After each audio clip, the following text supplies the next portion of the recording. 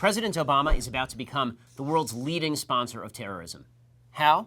By signing over $150 billion in checks to the Iranian mullahs, the same mullahs who routinely chant death to America and death to Israel, the same mullahs responsible for over 1,000 dead American soldiers in Iraq, the same mullahs currently conquering Iraq and Syria and Lebanon and Yemen. I'm Ben Shapiro. This is Hardwire. President Obama's Iran deal, it's a disaster for the United States. It's a disaster for Israel. It's a disaster for all of America's other allies in the Middle East. It's a piece of anti-Semitic garbage. It's designed to make Iran a regional power, and then, after making it a regional power, to give it a nuclear weapon.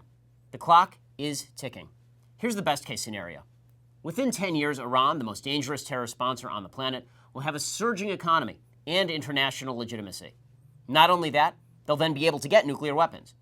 And during that decade, Iran will become the most powerful force in the Middle East, one of the most strategically valuable regions on the planet. The Iran deal explicitly does nothing to curb Iran's terrorist activities around the world, including their wars of conquest and their funding of terrorist groups in Libya and the Palestinian Authority in Lebanon, and as far south as South America. After that, as the deal comes to its conclusion, Iran will now use the nuclear technology they already have, and they'll build a nuclear weapon, consequence-free. Here's the worst-case scenario. The Iranians take the cash, they pursue regional dominance, they pursue terrorism, and then they develop nuclear weapons secretly anyway. Now, the deal provides no safeguards for monitoring Iran's nuclear development compliance. Under the deal, Iran gets to inspect its own military sites. Its own military sites. That's where they're allegedly developing nukes. Furthermore, Iran gets 3 months or more to hide its nuclear activity if it objects to an inspection, and even then, there's no guarantee the international community does anything about it.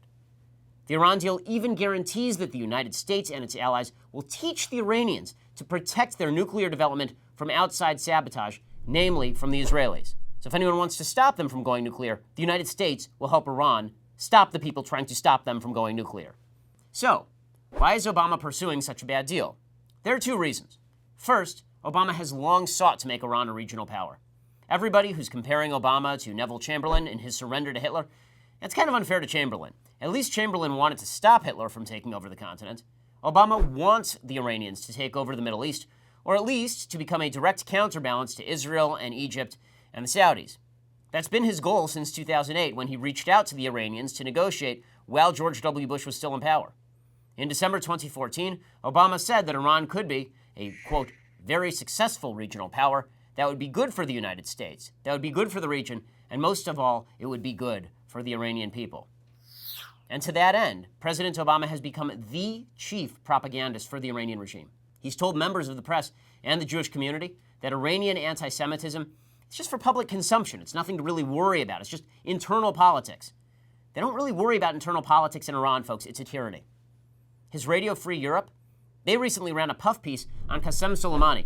That's the commander of the Iranian Quds Force responsible for the murder of 1,000 American troops. So your taxpayer dollars, they're being used to push Iranian propaganda. There's a second reason that President Obama wants a deal with Iran. He doesn't like Jews very much. President Obama has been using openly anti-Semitic language in his defense of Iran. He and his surrogates have accused deal opponents of dual loyalty to Israel and selling votes to lobbyists, even Democrats like Chuck Schumer. He specifically, personally stated that unspecified lobbyists had dropped millions to stop him. That's the myth of the Jewish money. And then he accused his opponents of getting America into the Iraq War in the first place, a false accusation specifically directed at Jewish neoconservatives. The Iran deal, it's rotten from stem to stern. It threatens America's allies in the region, and since Iran can develop long-range missiles in a few years under the deal, it threatens Europe and the United States directly. Unfortunately, Democrats have been lining up behind President Obama instead of standing on principle.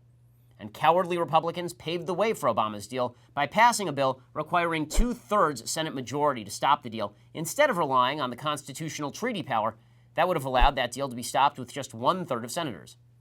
It's not too late, though, if we act now. And if we don't, tens of thousands of people will die at Iran's hands, funded by the United States, with or without a mushroom cloud.